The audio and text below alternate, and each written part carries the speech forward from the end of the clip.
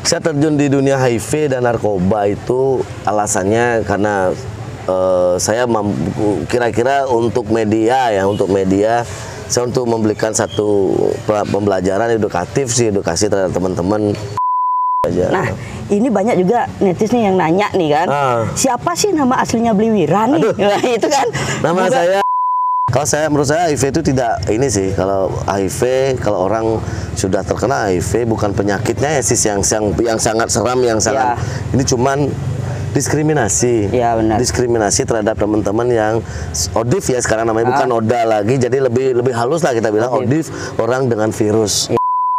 Channel Rumah Peduli ini yang kalau mau ngapain saja, kalau masalah kemanusiaan dan kepedulian dan amal, tapi memang benar-benar tidak ada 50% untuk siapa, 50% ya totally 100% dan tanpa dipungut biaya dan tanpa ada iming-iming segala macam. Kalau kegiatan sosial gas, gitu. Untuk itu sosial itu kedepannya, itu sosial gas depannya, karena kalau saya ngelis sugih ngelis segala macam tinggal megawe gitu ya, kan. Benar. Tapi kalau membantu itu kan tidak baru harus kaya. Mengumpulkan amalnya kita. Betul. Untuk di masa nanti gitu. Kan, karena ketika kamu harus memberi seseorang, kamu harus melakukan kemanusiaan, ketika kamu melakukan hal berbagi dengan orang lain, tidak harus menunggu kaya.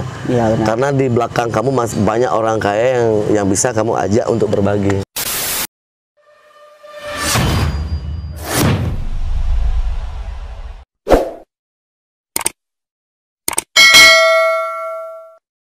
Oke, selamat sore. Kembali lagi dengan kita di Jarak Podcast. Nah, saya di sini berada di tempat yang rumah makan yang asik dan juga dekat dengan pelabuhan baru kita yang ada di Bali. Di sini tempat di Besanur ya. Dan juga sekarang kita hari ini kedatangan tamu spesial. Tamu spesial.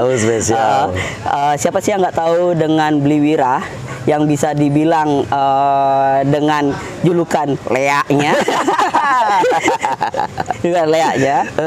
Oke, kita langsung aja ya dengan Bliwiranya untuk berbincang-bincang sore hari ini. Om Swastiastu Bliwira. Swastiastu semua yang di rumah, salam Lea. Ya, jadi kita berada di Warung Besanur. Terima kasih Warung Besanur. Oke Bliwira, kita nih ada beberapa pertanyaan dari netis ini kan. Misalnya, awal mula Bliwira seperti ini nih gimana sih ceritanya Bliwira? Awal mulanya sih saya seperti ini sejak saya tidak seperti itu. Nice.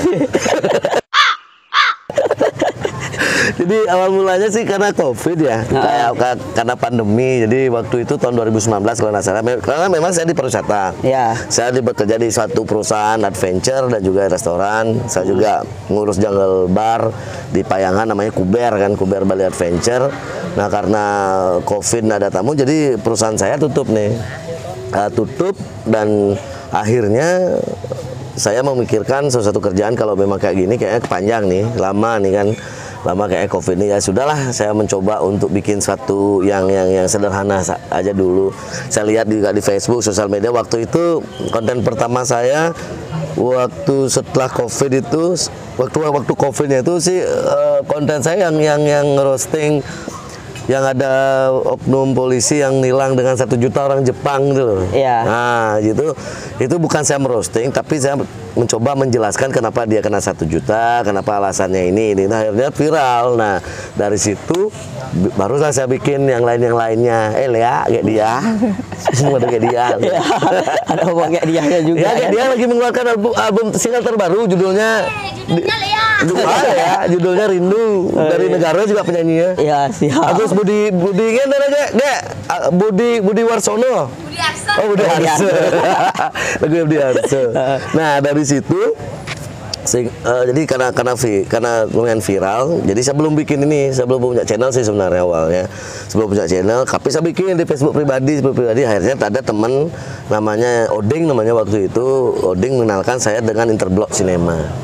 Nah dari Interblock Cinema lah saya bikin konten, bikin video, dan lahirlah ada beberapa 1-2 lagu, dan akhirnya karena Sujana dari Interblock Cinema juga dia sibuk, setelah itu sibuknya dia menjadi seorang mangku juga, dia sibuk di perusahaannya, jadi akhirnya saya coba bikin sendiri. Nah dari situ saya bikin, makanya Kapiot Bali channelnya yang baru. Itu awalnya COVID sih sebenarnya, pandemi, nggak ada kerjaan. akhirnya saya mencoba bikin sesuatu lah yang kalau saya hanya diam saja mungkin nih utang dan lain-lainnya nggak bisa hidup nih. Iya. Saya mencoba di sosial media gitu awalnya. Setelah maksudnya kan ada juga nih yang saya tahu nih Bliwira ini banyak kegiatan-kegiatan yang di luar dari konten-kontennya Bliwira. Ya, jadi salah satunya saya bersama ada teman namanya Ika dan juga Bali Peduli dan juga Bumi Sehat.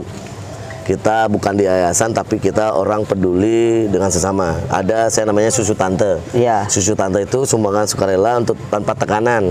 Saya bikin kemarin ada konser amal untuk khusus untuk anak yatim piatu di Sembung waktu itu. Dan saya sering bikin acara-acara sosial untuk tentunya acara sosial saya sering lakukan untuk anak panti asuhan, bukan panti asuhan, anak yang yatim piatu dan juga saya bergerak di HIV dan AIDS gitu. AIDS, ya. Kemarin juga kan hari HIV AIDS, ya. Sedunia kan ya. Dalam artian begini Bliwira. Gimana sih kok bisa Bliwira terjun ke dunia sosial ya? Ya, jadi sosial.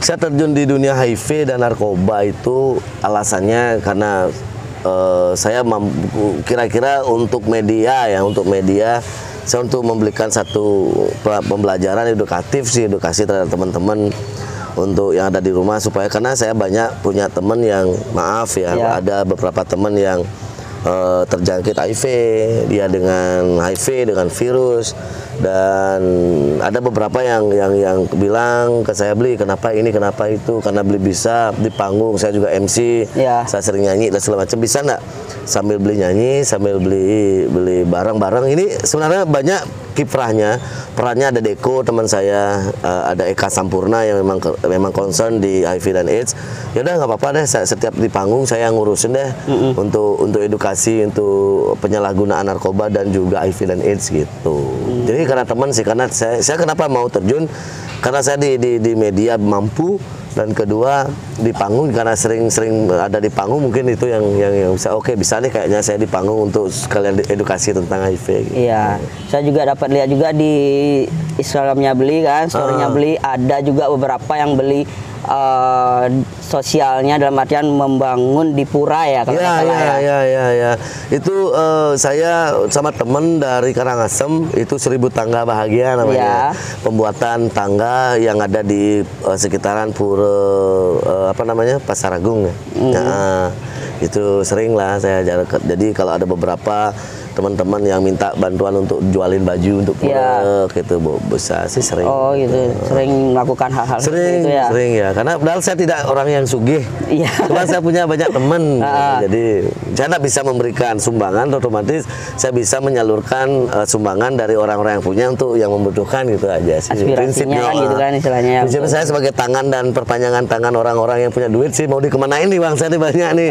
Ya mau saya sumbangin lewat saya lah yang bisa menyumbangkan begitu kalau sih. Di komunitas ya kita bilangnya komunitas Susu Tante ini itu awalnya gimana sih kok Beli bisa terjun ke sana? Ya saya bikin Susu Tante itu bersama teman-teman. Jadi ada satu event, ada teman saya namanya Adek Pur, kita ke Tabanan waktu itu.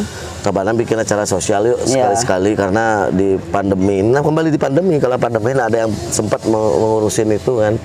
Jadi kenapa awal itu ya karena peduli aja sih Beli Adit. Peduli dan saya yakin dengan saya mengasihkan proposal, memberikan penjelasan kepada orang-orang yang punya uang, jadi mereka bisa mengeluarkan uang gitu aja. Benar sih. Dasarnya prinsipnya peduli aja. Gitu ada juga dari teman-teman artis ya. Ada yang, banyak yang tergabung. Yang gabung ada Uli, ada Beli Raipeni, Widi Widiana, Keroncong Jancu, banyak.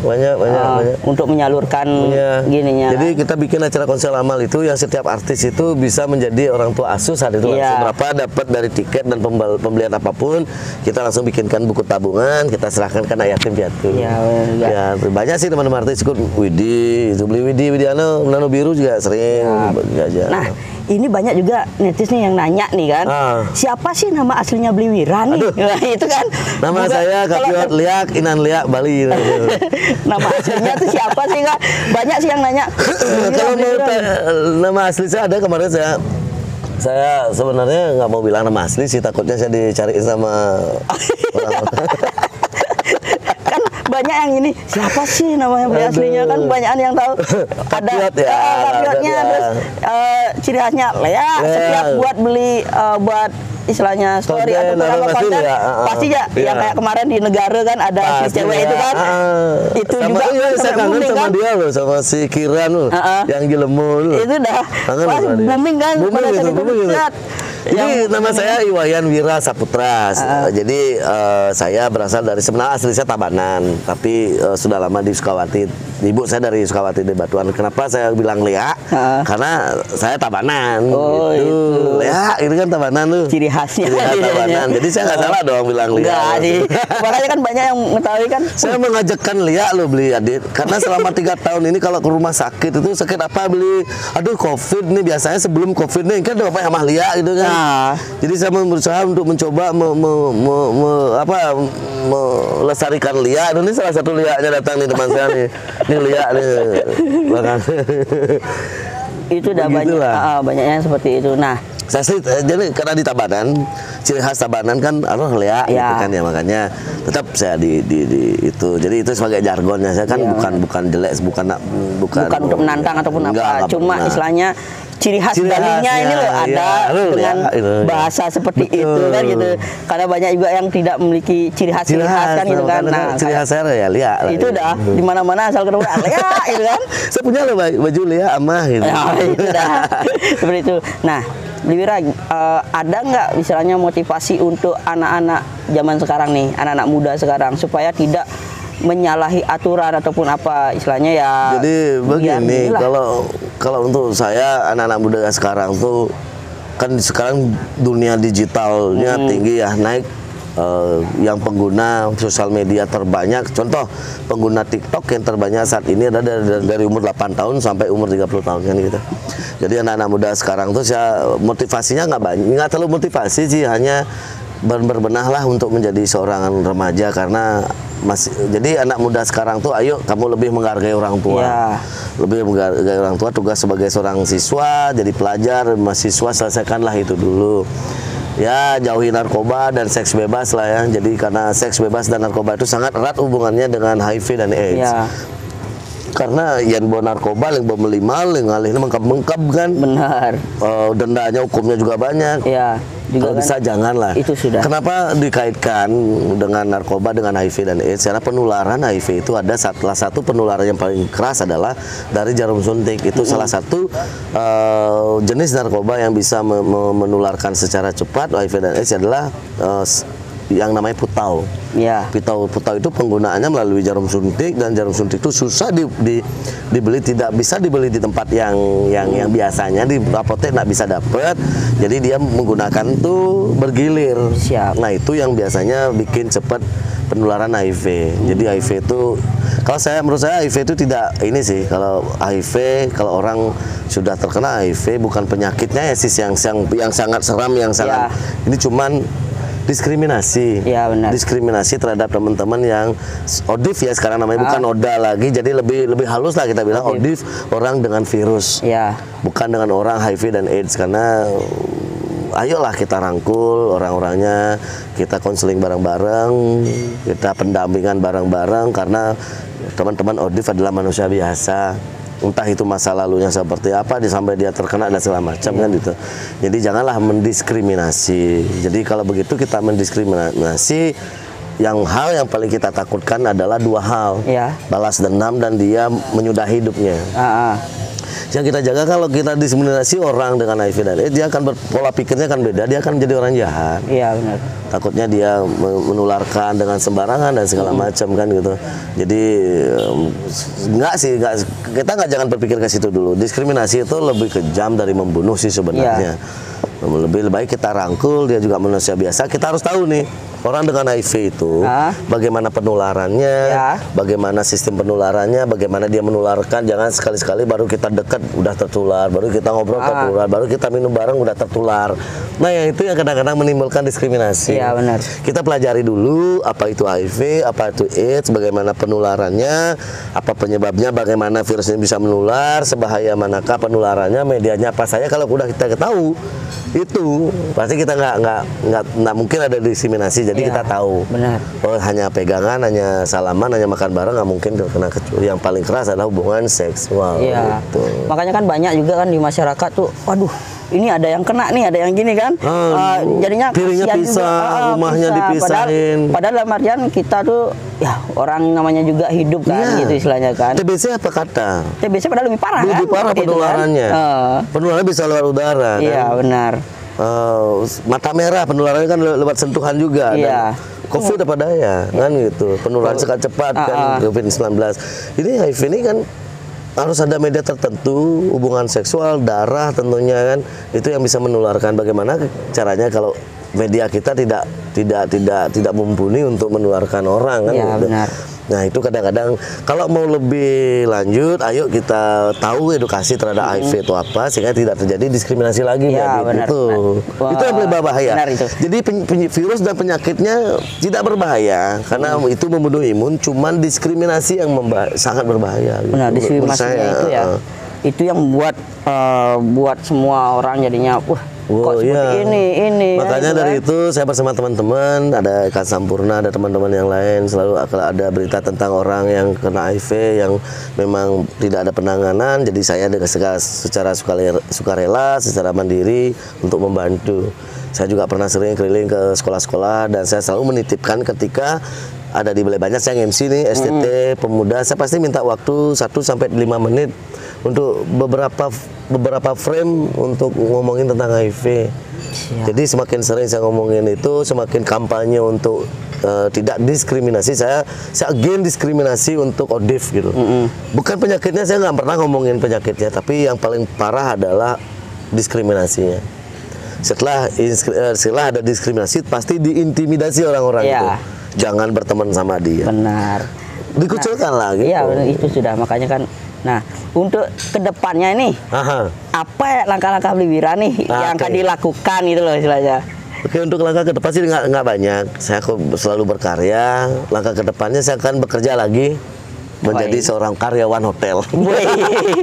Balik lagi ke hotel nih. Nah, cita-cita saya sih, siapa tahu dari media, dari channel saya pengen channel saya menjadi channel kayak Rumah Peduli. Siap. Rumah Peduli itu intinya rumah peduli. Kalau ada orang-orang yang mau peduli terhadap sesama, ayo di channel saya, mau dia minta sumbangan apapun, mau menyebarkan kebaikan lewat apapun, mau mempromokan program-program kemanusiaan, silahkan. Makanya nanti setelah ini mungkin saya bikin channel, bukan channel, dari satu segmen dari Kapiot Bali ini, satu segmen yang saya bikin rumah peduli namanya, channelnya Rumah Peduli di situ. Rumah Peduli itu kan kalau rumah tempat kita berteduh, tempat kita ngumpul, tempat kita membahas dan tempat kita berbagi. Itu cita-cita saya. Tapi masih nunggu, kalau udah mulai lumayan lah, lebih dari 200.000 subscriber atau 200.000 follower di Instagram, di page, mungkin saya akan bikin itu satu segmen yang memang kalau kamu mau bikin acara amal, promonya boleh di tempat saya tanpa dipungut biaya sama sekali. Itu kemanusiaan. Berarti kalau umpamanya dari netizen ataupun sahabat-sahabat kita kan gitu istilahnya ingin menghubungi Bliwira itu DM aja. DM aja di direct message atau di messenger aja di page bisa, nanti ada admin saya yang jawab, ada teman yang jawab. Misalnya nih jarak pos pengen jarak pos goes to charity misalnya, mau bikin nyumbang apapun boleh nih ngajak ke saya, kita pergi ke tempat itu langsung saya siarkan. Jadi saya langsung syuting dengan tim saya, misalnya beli adit nih mau memberikan bedah rumah dari jarak pos nih misalnya, atau jarak pos membagikan baju seragam SD atau SMP untuk anak yatim, saya tinggal ke negara kan. Jadi saya bukan mempromosikan, mengajak dari media saya. Semoga dari media Rumah Peduli dari Kapiot Bali ini banyak orang yang peduli dan masuk ke Rumah Peduli ini. Misalnya, oke Beli, saya mau ke ke channel Beli ada Rumah Peduli. Gimana caranya? Kamu mau ngapain? Aku mau bagi-bagi ini. Ya udah, kalau saya nggak bisa, kamu bikin videonya, edit, saya akan upload di ini saya.